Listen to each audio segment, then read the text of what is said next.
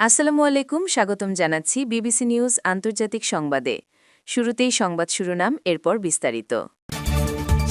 Iran ঘিরে যুক্তরাষ্ট্রের জোরালো সামরিক প্রস্তুতি, দূর অনতরীসহ যা মোতায়েন। তড়িঘড়ি করে ফিলিস্তিনি বন্দীদের মৃত্যুদণ্ড দিচ্ছে ইসরায়েল। আগামী মাসে চীন সফরে যাচ্ছেন মার্কিন প্রেসিডেন্ট। গ্রিনল্যান্ডে ভাসমান হাসপাতাল পাঠাচ্ছেন ট্রাম্প। দর্শক, এতক্ষণ শুনছিলেন সংবাদ শিরোনাম। এখন বিস্তারিত। আপনি যদি ইসরায়েলের ধ্বংস চান এবং মুসলিমদের পাশে থাকেন, তাহলে ভিডিওতে লাইক করে চ্যানেলটি অবশ্যই সাবস্ক্রাইব করে দিবেন এবং আপনার মূল্যবান মতামত অবশ্যই কমেন্টে লিখে জানিয়ে দিবেন। এখন বিস্তারিত। ইরান ঘিরে যুক্তরাষ্ট্রের জোরালো সামরিক প্রস্তুতি, দূর অনতরীসহ যা মোতায়েন। ইরানের পারমাণবিক কর্মসূচি ও ব্যালিস্টিক ক্ষেপণাস্ত্র নিয়ে নতুন চুক্তিতে আসার জন্য তেহরানকে মাত্র 10 থেকে 15 দিন সময় বেঁধে দিয়েছেন মার্কিন প্রেসিডেন্ট ডোনাল্ড ট্রাম্প। এই আল্টিমেটামের মধ্যেই মধ্যপ্রাচ্যে 2003 সালের ইরাক যুদ্ধের পর সবচেয়ে বড় ধরনের সামরিক সমাবেশ ঘটিয়েছে ওয়াশিংটন। কাতার ভিত্তিক সংবাদ মাধ্যম আল জাজিরা এ খবর জানিয়েছে। প্রেসিডেন্ট ট্রাম্পের হুঁশিয়ারির পর ইরান জাতিসংঘ নিরাপত্তা পরিষদে চিঠি দিয়ে জানিয়েছে তারা যুদ্ধ চায় না, তবে আক্রান্ত হলে তার আনুপাতিক ও চূড়ান্ত জবাব দেওয়া হবে। উদ্ভূত পরিস্থিতির সব দায় যুক্তরাষ্ট্রকেই নিতে হবে বলে সতর্ক করেছে তেহরান। আকাশপথে নজিরবিহীন শক্তি বৃদ্ধি। ওপেন সোর্স ইন্টেলিজেন্স ও ফ্লাইট ট্র্যাকিং তথ্যানুযায়ী গত কয়েকদিনে যুক্তরাষ্ট্র মধ্যপ্রাচ্যে 120টিরও বেশি যুদ্ধবিমান মোতায়েন করেছে। এর মধ্যে রয়েছে অত্যাধুনিক F-35 স্টিলথ fighter, F-22 air superiority jet এবং F-15 ও F-16 যুদ্ধবিমান। এই বিশাল বহরকে সহায়তা দিতে যুক্ত হয়েছে KC-135 রিফুয়েলিং ট্যাঙ্কার ও কার্গো বিমান। সবচেয়ে গুরুত্বপূর্ণ হল E-3 সেন্টি বা আকাশপথের আগাম সতর্কবার্তা ও নিয়ন্ত্রণ ব্যবস্থার উপস্থিতি। সামরিক বিশ্লেষক মার্ক কানসিয়ান আল জাজিরাকে বলেন, B-2 স্টিলথ বোম্বার বা E-3 সেন্টি বিমানের গতিবিধি লক্ষ্য করুন। এটি গত বছরের অপারেশন মিডনাইট হ্যামারের মতো বড় হামলার ইঙ্গিত দেয়। তড়িঘড়ি করে ফিলিস্তিনি বন্দীদের মৃত্যুদণ্ড দিচ্ছে ইসরায়েল। ইসরায়েলি পার্লামেন্ট নেসেটে ফিলিস্তিনি বন্দীদের মৃত্যুদণ্ড কার্যকর করার বৈধতা দিয়ে একটি বিতর্কিত বিল পাসের প্রক্রিয়া শুরু হয়েছে, যা বিশ্বজুড়ে মানবাধিকার কর্মীদের মধ্যে তীব্র উদ্বেগ সৃষ্টি করেছে। ফিলিস্তিনি লেখক মোহাম্মদ আলকিক এক নিবন্ধে দাবি করেছেন, আন্তর্জাতিক সম্প্রদায়ের উদাসীনতার সুযোগ নিয়ে ইসরায়েল এই চরম পদক্ষেপের দিকে এগোচ্ছে। 2022 সালে বেনিয়ামিন নেতানিয়াহুর জোট সরকার গঠনের শর্ত হিসেবে কট্টরপন্থী জাতীয় নিরাপত্তা মন্ত্রী ইতামার বেন গভির এই বিলটির দাবি জানিয়েছিলেন।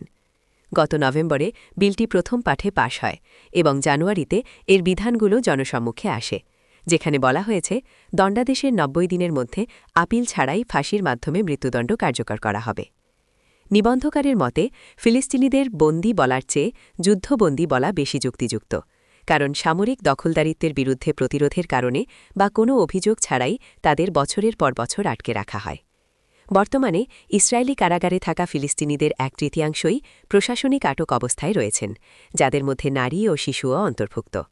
সামরিক আদালতে এই বন্দীদের বিচার করা হয়, যা শুরু থেকেই পক্ষপাতদুষ্ট বলে অভিযোগ রয়েছে। 2023 সালের 7 অক্টোবরের পর থেকে কারাগারগুলোতে নির্যাতন, অনাহার এবং চিকিৎসার অবহেলা চরমে পৌঁছেছে এবং এই সময়ের মধ্যে অন্তত 88 জন ফিলিস্তিনি বন্দী অবস্থায় প্রাণ হারিয়েছেন। আগামী মাসেই চীন সফরে যাচ্ছেন মার্কিন প্রেসিডেন্ট। চীন সফরে যাচ্ছেন যুক্তরাষ্ট্রের প্রেসিডেন্ট ডোনাল্ড ট্রাম্প।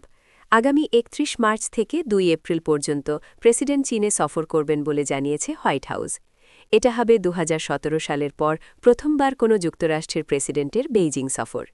নিজের প্রথম মেয়াদে 2017 সালে ট্রাম্পই শেষ কোনো যুক্তরাষ্ট্রের প্রেসিডেন্ট হিসেবে চীন সফর করেছিলেন। গত শুক্রবার হোয়াইট হাউসের এক কর্মকর্তা ট্রাম্পের চীন সফরের তারিখ নিশ্চিত করেছেন। এর আগে ট্রাম্প ও চীনের প্রেসিডেন্ট শি জিনপিং দুজনেই সাম্প্রতিক মাসগুলোয় দুই দেশের মধ্যে চমৎকার এবং ভালো যোগাযোগ হওয়ার কথা বলেছেন। নিজের পরিকল্পিত চীন সফর নিয়ে গত বৃহস্পতিবার ট্রাম্পও কথা বলেছেন।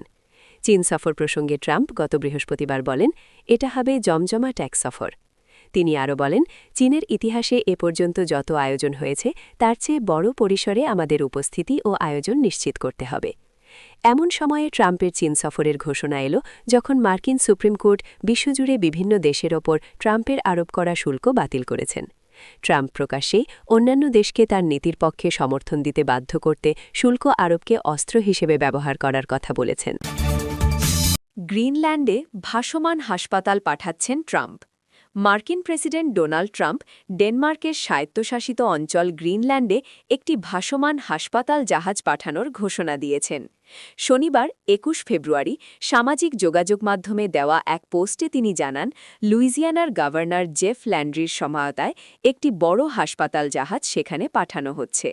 ট্রাম্পের দাবি, গ্রিনল্যান্ডে অনেক অসুস্থ মানুষ সঠিক চিকিৎসা পাচ্ছেন না এবং তাদের সেবা দিতেই এই পদক্ষেপ নেওয়া হয়েছে।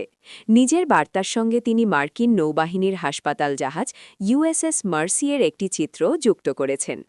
প্রেসিডেন্ট ট্রাম্পের এর ঘোষণা কূটনৈতিক মহলে বেশ বিভ্রান্তি ও বিস্ময়ের সৃষ্টি করেছে, কারণ গ্রিনল্যান্ড এবং ডেনমার্কে উন্নত ও জাতীয়করণকৃত স্বাস্থ্যসেবা ব্যবস্থা বিদ্যমান, যা নাগরিকদের জন্য সম্পূর্ণ বিনামূল্যে প্রদান করা হয়।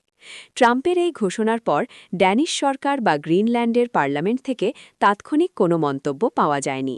উল্লেখ্য, গত ডিসেম্বরে লুইজিয়ানার গভর্নর জেফ ল্যান্ড্রিকে গ্রিনল্যান্ড বিষয়ক বিশেষ দূত হিসেবে নিয়োগ দিয়েছিলেন ট্রাম্প। ল্যান্ড্রি প্রেসিডেন্টের এই উদ্যোগকে স্বাগত জানিয়ে বিষয়টিকে অত্যন্ত গুরুত্বপূর্ণ বলে অভিহিত করেছেন।